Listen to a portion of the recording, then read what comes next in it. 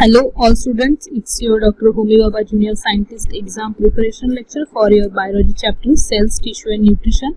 In this chapter we are going to learn about the plant tissue as well as in animal tissues and its nutrition mode. Okay, so let's start with this chapter. First of all, what is tissue? So जैसे कि हमने हमारे first chapter में देखा था living organism में कि कोई भी लिविंग ऑर्गेनिज्म जो है वो सिंगल सेल से बनता है, ओके, जिसे हम कहते हैं यूनिसेलुलर ऑर्गेनिज्म या फिर यूकैरियोटिक ऑर्गेनिजम्स. ओके, तो जैसे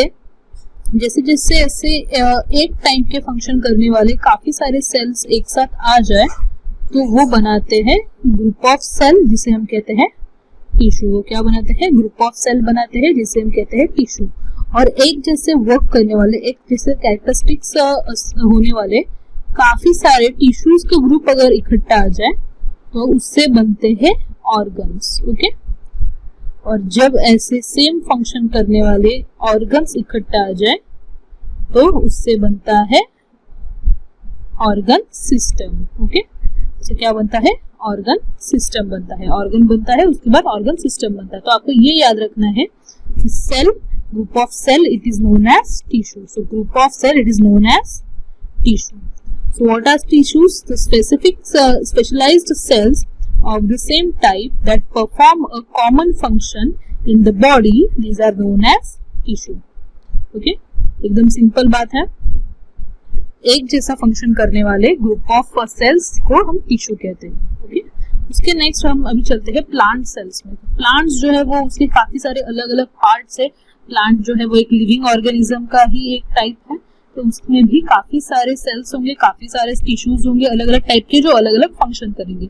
सो फर्स्ट ऑफ ऑल यहाँ पे आप देख सकते हैं कि उनके जो भी टिश्यूज है वो दो फॉर्म में डिवाइड किए गए हैं. फर्स्ट है ग्रोइंग या फिर उसे हम कहेंगे मेरिस्टेमेटिक टिश्यूज और दूसरा है परमानेंट टिश्यू. तो यहाँ पे आप देख सकते हैं ये मेरिस्टेमेटिक टिश्यू है जो कंटिन्यूसली ग्रो होते रहते हैं, और परमानेंट टिश्यू है वो मोस्टली ग्रो नहीं होते.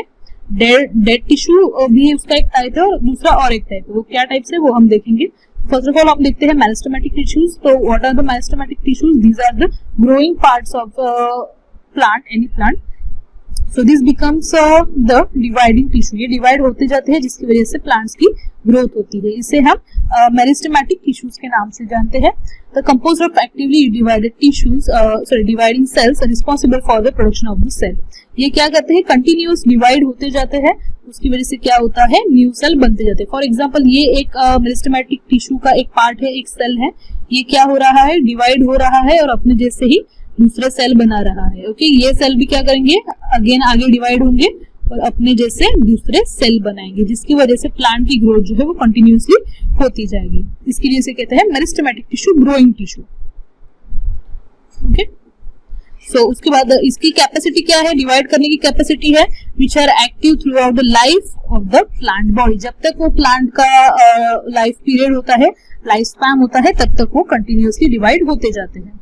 सो उसके जो है चार टाइप्स यहाँ पे आप देख सकते हैं.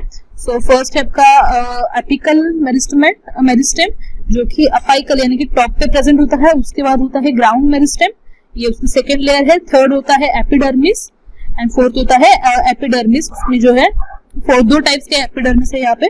तो यहाँ पे आप देख सकते हैं अलग अलग पार्ट्स है जो अलग अलग फंक्शन करेंगे. तो ऑब्वियसली नीचे वाला एपिडर्मिस जो है वो ग्रो होता जाएगा, वैसे वैसे प्लांट की हाइट बढ़ती जाएगी. ओके, अपाइकल से भी ग्रो हो सकता है, एपिडर्मिस से भी ग्रो हो सकता है. So kind of meristematic, apical meristematic found in what? कहाँ पे प्रेजेंट होता है अपाइकल मेरिस्टेम्स? तो ये स्टेम एंड रूट के टिप पे प्रेजेंट होता है.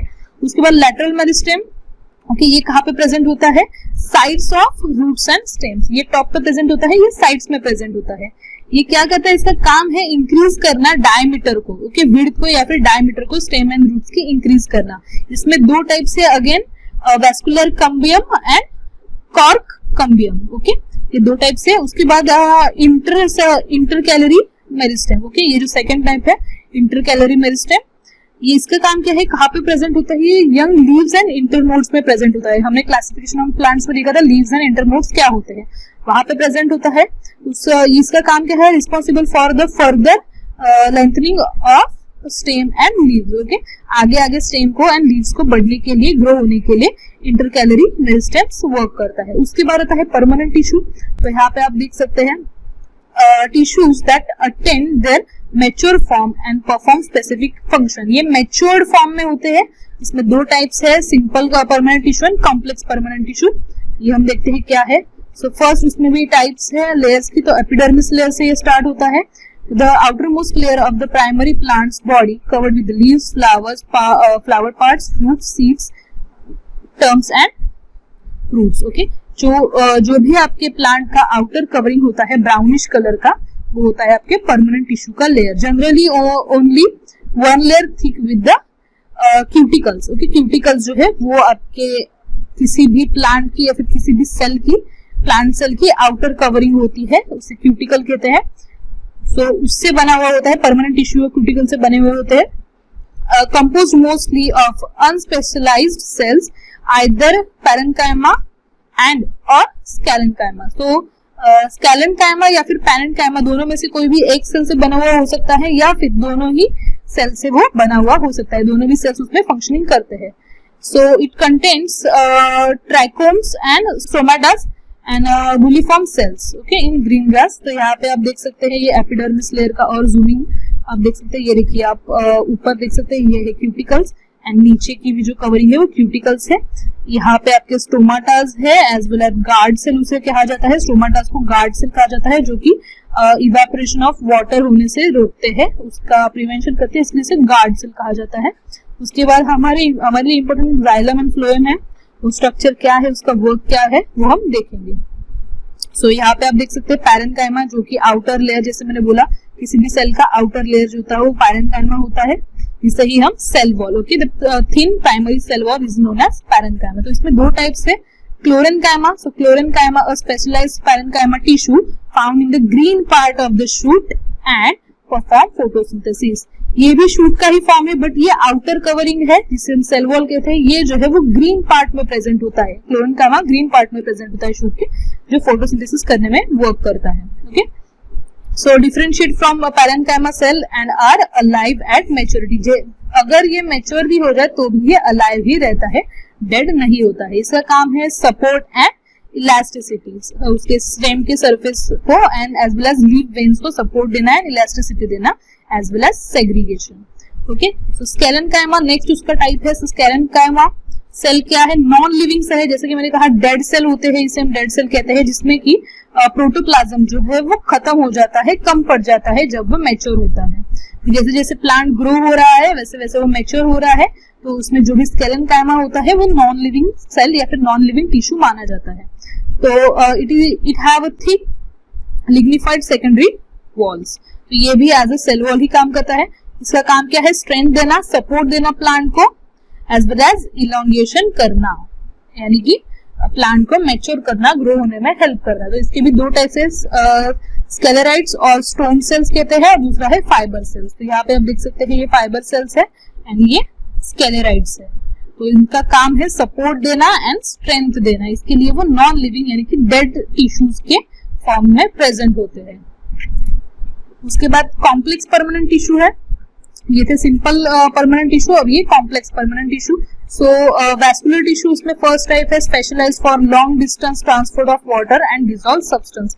तो वैस्कुलर टिश्यूज का काम ये है कि जो भी रूट में से plant water and minerals absorb कर रहा है उसका ट्रांसपोर्ट करना, ज्यादा से ज्यादा डिस्टेंस तक, ज्यादा से ज्यादा पार्ट्स तक उसका ट्रांसपोर्ट करना। Containing transfer cell, fibers in addition to parenchyma and conducting cell. Conducting cell उसमें प्रेजेंट होती है, transfer cell, fibers and parenchyma tissues भी प्रेजेंट होते हैं। लोकेशन कहाँ होता है, इन द लीव्स। ओके, ये लोकेशन लीव्स में होता है। उसके बाद इसमें दो टाइप से जाइलम एंड फ्लोएम। तो क्या है वो, जैसे कि मैंने कहा था जाइलम एंड फ्लोएम हमारे लिए काफी इंपॉर्टेंट है। सो ये जो जाइलम, ये जो वर्ड है वो ग्रीक वर्ड जाइलोस से ऑब्टेन हुआ है। जाइलोस का मतलब होता है wood. Okay, so transport water and dissolve nutrient from the roots to all the parts of the plant. तो जाइलम का काम ये है कि ट्रांसपोर्ट करना वाटर एंड मिनरल्स और बाकी भी न्यूट्रिएंट्स रूट से लेके शूट के सारे पार्ट्स तक। ओके, इसकी डायरेक्शन अपवर्ड होती है, यानी ये नीचे से ऊपर की तरफ वाटर और न्यूट्रिएंट्स ट्रांसपोर्ट करता है। इसमें दो टाइप के जाइलम टिश्यूज है, primary xylem tissue and secondary xylem tissue.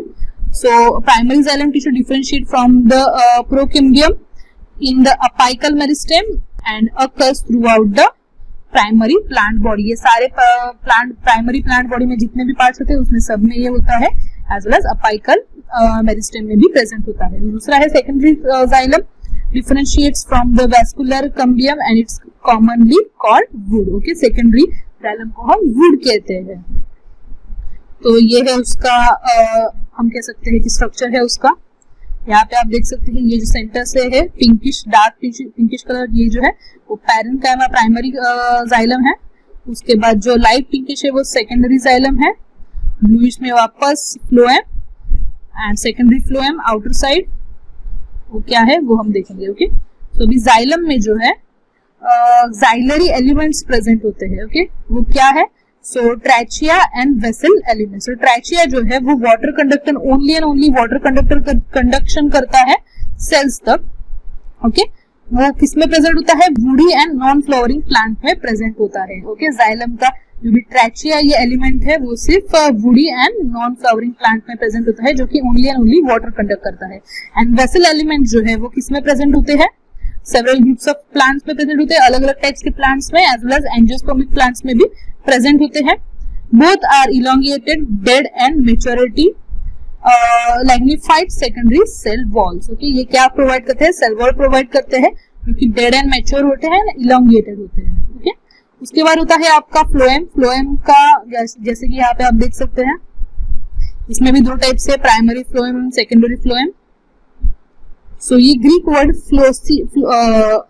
फ्लोइयस से ऑब्टेन किया गया है, जिसका मतलब होता है बार्क. ओके, बार्क इसका मतलब होता है, जैसे कि फ्लोएम ये वर्ड लिया गया है. Transfer dissolved organic food material from the leaves to the different parts of the plants. Glucose in the phloem moves in all the direction. अभी इसका काम क्या है कि जो भी leaves फूड प्रिपेयर कर रहे हैं वो फूड प्लांट्स के बाकी पार्ट तक ले जाना.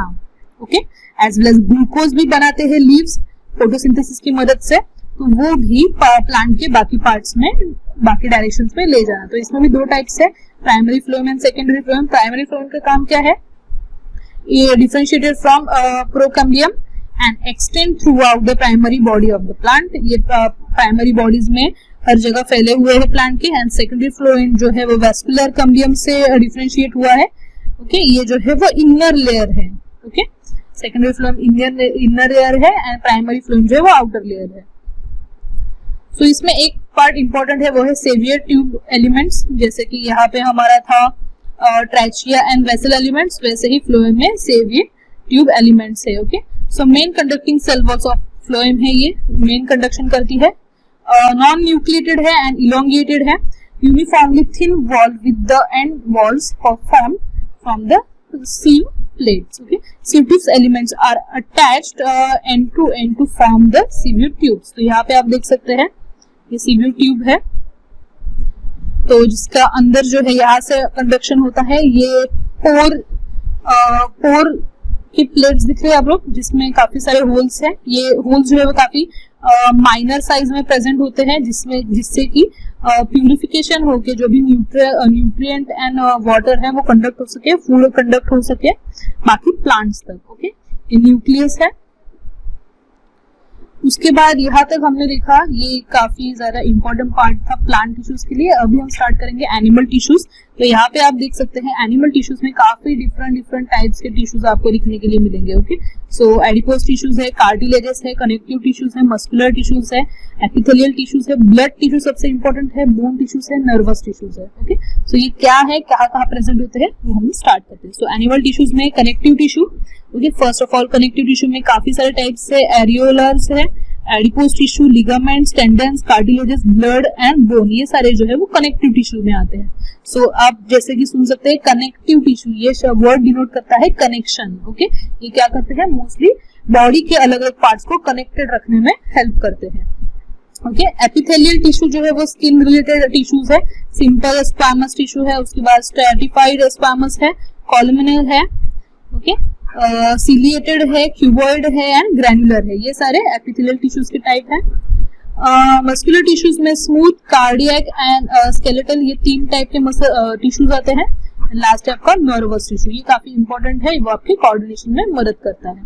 तो फर्स्ट ऑफ ऑल देखते हैं हम लोग कनेक्टिव टिश्यू। कनेक्टिव टिश्यू में होता क्या है कि जो भी मसल्स है वो क्या करते हैं, एक दूसरे को कनेक्ट रखते हैं, सपोर्ट देते हैं, बाइंड करते हैं, एज वेल एज सेपरेट होने के लिए भी हेल्प करते हैं।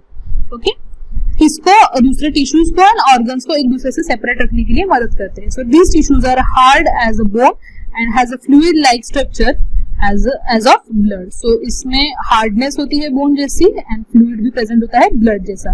This cells of connective tissues are called fibroblast and they are scattered in the matrix. ये मैट्रिक्स के फॉर्म में प्रेजेंट होते हैं, इसे हम फाइब्रोप्लास्ट भी कहते हैं।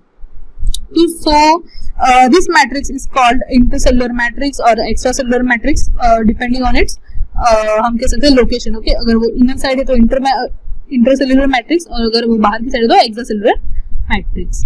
Okay, connective tissues is found in between other tissues everywhere in the body including the nervous system. So इसमें 3 टाइप्स, जैसे कि हमने कहा था, लिगामेंट्स, टेंडन्स एंड कार्टिलेजेस। तो फर्स्ट हम देखते हैं लिगामेंट जो है उसका काम क्या है, 2 बोन्स को एक दूसरे से जोड़े रखना। ओके, यहाँ पे आप देख सकते हैं उसका काम क्या है, connect 2 bones each other, 2 bones को एक दूसरे से कनेक्टेड रखना। Okay, it is very elastic and has a considerable strength.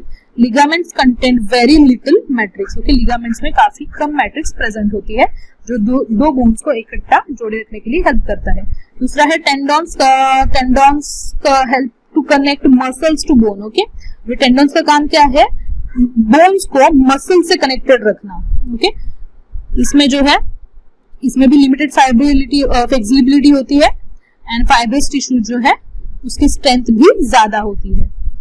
Next है cartilages. So cartilage is a resilient and smooth elastic tissues covering and protecting the end of the long bones at joints and is in structural components of the rib cages, ear, nose and the bronchial tubes. Okay, the invertebral disc and many more other bodies component. तो इसका काम क्या है, protect करना as well as covering करना। किस किस की, बड़े बड़े बोन्स के एंड्स की, जैसे कि हमारा थाई बोन है, उसके उस जैसे बोन्स की, रिब केजेस की, आईज एंड नोज के बोन्स की भी प्रोटेक्शन करना। ओके,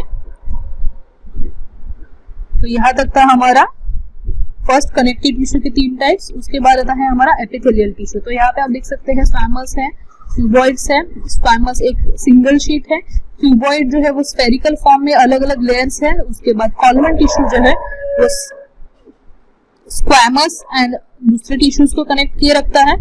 ओके, सिलिएटेड में भी सेम है। एंड नेक्स्ट है ग्रैन्युलर्स। ओके, ग्रैन्युलर यूनिसेलुलर जो सेल्स है वो इकट्ठा आते हैं। तो स्क्वैमस टिश्यू, जैसे कि मैंने कहा, ये सिंगल शीट जैसा स्ट्रक्चर है, थिन लेयर है, फ्लैट है। इसका फंक्शन क्या है, सो इसका फंक्शन जो है, diffusion of gases can occurs easily over surface. So body में जो भी अनयूज्ड या फिर अननेसेसरी गैसेस है उन्हें ये सरफेस पे एमिट करने का काम करता है। Okay, supply friction free surface for blood flow. Okay, blood flow होने के लिए स्मूथ सरफेस ये प्रोवाइड करता है as well as protect and support underlining tissues. उसके नीचे जो भी टिश्यूज है, अंडरलाइनिंग टिश्यूज है, उसको वो प्रोटेक्ट करने का काम करता है। ओके, सो ये कहाँ पे प्रेजेंट होता है, mostly lungs and blood vessels में प्रेजेंट होता है, इनर साइड में लंग्स एंड ब्लड वेसल्स से, जिससे कि ब्लड फ्लो होने में काफी आसानी हो, as well as mouth and oesophagus में भी, ईसोफेगस के इनर साइड में भी ये प्रेजेंट होता है। ओके, एकदम सिंगल शीट है, आप देख सकते हैं। ओके, इसके सेल्स जो है न्यूक्लिएटेड सेल्स है। नेक्स्ट है आपका कॉलमनर एपिथेलियल टिश्यूज। ओके, यहाँ पे आप देख सकते हैं। ओके, ये टेल लाइक स्ट्रक्चर है, ये उसका बेस है, उसके ऊपर आपका स्क्वामस टिश्यू है, टेल लाइक स्ट्रक्चर है columnar. Okay, so tall elongated column shaped cells, nucleus near the base of the cell. Okay, उसके बेस पे न्यूक्लियस प्रेजेंट होता है। Cells are attached to the basement membrane. तो इसका function क्या है, play a role in absorption of nutrients. तो अभी आपके जो भी फूड खाने के बाद, डाइजेशन के बाद जो भी न्यूट्रिएंट्स उससे मिलते हैं वो एब्जॉर्ब करने का काम आपके कॉलमनल एपिथेलियल टिश्यूज का होता है। So protect and support underlining tissue, same जैसे कि हमारा फर्स्ट टिश्यू था स्क्वैमस टिश्यूज की तरह प्रोटेक्ट करना अंडरलाइनिंग टिश्यूज को। ओके, यहाँ पे आप देख सकते हैं कहाँ पे ये प्रेजेंट होता है, small intestine, stomach and oviducts की इनर साइड